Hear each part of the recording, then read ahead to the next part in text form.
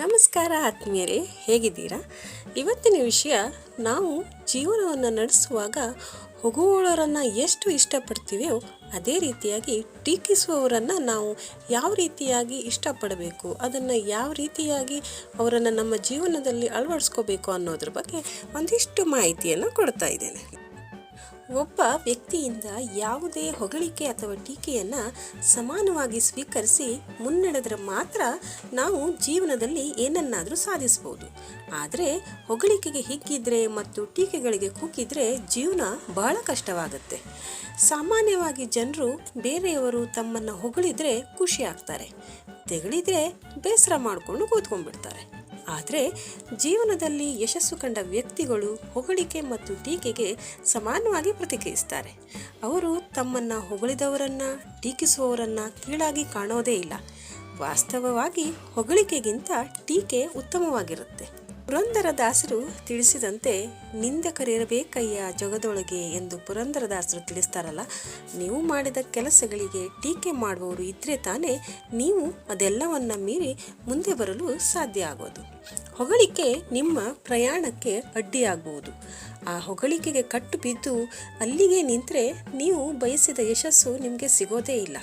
ಪ್ರತಿ ಟೀಕಾಕಾರರನ್ನು ಶಪಿಸ್ತಾನೆ ಇದ್ದರೆ ನೀವು ಮುಂದೆ ಹೋಗೋದೇ ಇಲ್ಲ. ಆದ್ದರಿಂದ ಟೀಕಿಸುವ ಬದಲು ಟೀಕೆಯ ವಿಷಯವನ್ನು ವಿಶ್ಲೇಷಣೆ ಮಾಡಿ ನೀವು ಎಲ್ಲಿ ಹೆಜ್ಜೆ ಹಾಕ್ತಿದ್ದೀರಿ ಅನ್ನೋದನ್ನು ಅರ್ಥ ಮಾಡ್ಕೊಳ್ಳಿ. ಹೊಗಳಿಕೆಯನ್ನು ಲಘುವಾಗಿ ತೆಗೆದುಕೊಳ್ಳೇಬೇಡಿ, ಏಕೆಂದರೆ ನೀವು ಮಾಡಿದ ಕೆಲಸವನ್ನು ಅವರ ಮೆಚ್ಚುಗೆಯ ರೂಪದಲ್ಲಿ ಕಾಣಬಹುದು. ಆದರೆ ಟೀಕೆ ಬೇರೆ. ನೀವು ಮಾಡಬೇಕಾದ್ದನ್ನು ಮತ್ತು ನೀವು ಮಾಡದೆ ಬಿಟ್ಟದ್ದನ್ನು ನೀವು ಟೀಕೆ ರೂಪದಲ್ಲಿ ಪಡಿಬಹುದು. ಹಾಗೆ ಟೀಕೆ ಮಾಡುವವರನ್ನೆಲ್ಲ ನಿಮ್ಮನ್ನು ನಿಂದಿಸ್ತಿದ್ದಾರೆ ಎಂದು ತಿಳ್ಕೋಬೇಡಿ. ಅವರನ್ನು ಸ್ಫೂರ್ತಿಯಾಗಿಟ್ಟುಕೊಂಡು ನೀವು ಅವರಿಗೆ ಸರಿಯಾದ ಉತ್ತರವನ್ನು ಕೊಡಿ. ನೀವು ಜೀವನದಲ್ಲಿ ಯಾವುದೇ ಅಡ್ಡಿ ಆತಂಕ ಇಲ್ಲದೆ ಯಶಸ್ವಿಯಾಗಲು ಬಯಸಿದರೆ ಟೀಕೆ ಮತ್ತು ಹೊಗಳಿಕೆಯನ್ನು ಎರಡನ್ನು ಸಮಾನವಾಗಿ ತೆಗೆದುಕೋಬೇಕು.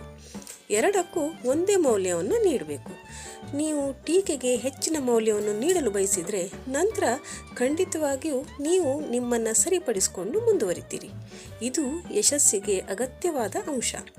ಮೆಚ್ಚುಗೆಯು ಜನರನ್ನು ಪ್ರೇರೇಪಿಸುತ್ತೆ, ಆದರೆ ಟೀಕೆಯು ನೀವು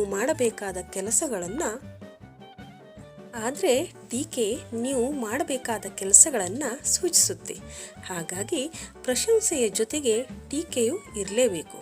ಹೊಗಳಿಕೆಯನ್ನು ಕೇಳಿದಾಗ ಕೆಲವರು ಅಹಂನಿಂದ ವರ್ತಿಸಲು ಪ್ರಾರಂಭಿಸ್ತಾರೆ. ನಾವು ಯಾರು ಸಾಧಿಸಬಾರ್ದನ್ನು ಸಾಧಿಸಿಬಿಟ್ಟಿರುವಂತೆ ಭಾವಿಸ್ತಾರೆ. ಹಾಗೆ ಮಾಡಿದರೆ ಅವರ ಪ್ರಯಾಣ ಅಲ್ಲಿಗೆ ನಿಂತುಬಿಡುತ್ತೆ. ಅಹಂಕಾರ ಹೆಚ್ಚಾದಾಗ ಸೋಲು ಹಿಂಬಾಲಿಸುತ್ತೆ. ಆದ್ದರಿಂದ ಹೊಗಳಿಕೆಯನ್ನು ಬಹಳ ನಮ್ರತೆಯಿಂದ ಸ್ವೀಕರಿಸಬೇಕು. ಆ ಹೊಗಳಿಕೆಗೆ ಹೆಮ್ಮೆ ಪಡಬೇಡಿ.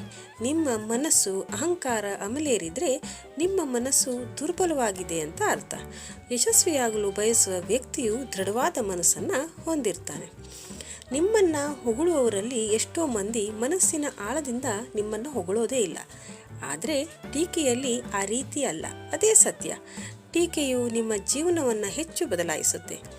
ಟೀಕೆಯಲ್ಲಿನ ಸತ್ಯವನ್ನು ಅರಿತುಕೊಳ್ಳಿ ಮತ್ತು ನೀವು ಏನು ತಪ್ಪು ಮಾಡಿದ್ದೀರಿ ಅಥವಾ ನೀವು ಮುಂದೆ ಏನು ಮಾಡಬೇಕು ಎಂಬುದನ್ನು ನಿರ್ಧರಿಸಿ. ಪ್ರಶಂಸೆಗಳನ್ನು ಕೇಳಲು ಸಮಯ ವ್ಯರ್ಥ ಮಾಡಬೇಡಿ, ಬದಲಾಗಿ ಅದನ್ನು ಸಲಹೆಯನ್ನಾಗಿ ಸ್ವೀಕರಿಸಿ.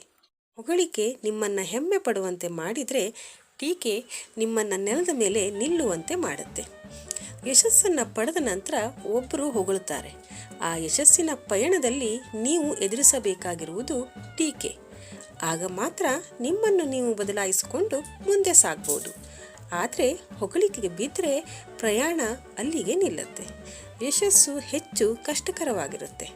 ಪ್ರತಿ ಟೀಕಾಕಾರರನ್ನು ನಿಮ್ಮ ಶತ್ರುವನ್ನಾಗಿ ಮಾಡಿಕೊಳ್ಬೇಡಿ. ಅವರನ್ನು ನಿಮ್ಮ ಸ್ನೇಹಿತರು ಎಂದು ಪರಿಗಣಿಸಿ. ಅವರ ಟೀಕೆಯಿಂದ ಒಳ್ಳೆಯದನ್ನು ತೆಗೆದುಕೊಳ್ಳಿ. ಇನ್ನಷ್ಟು ಯಶಸ್ಸನ್ನು ಜೀವನದಲ್ಲಿ ಸಾಧಿಸಿ. ಧನ್ಯವಾದಗಳು.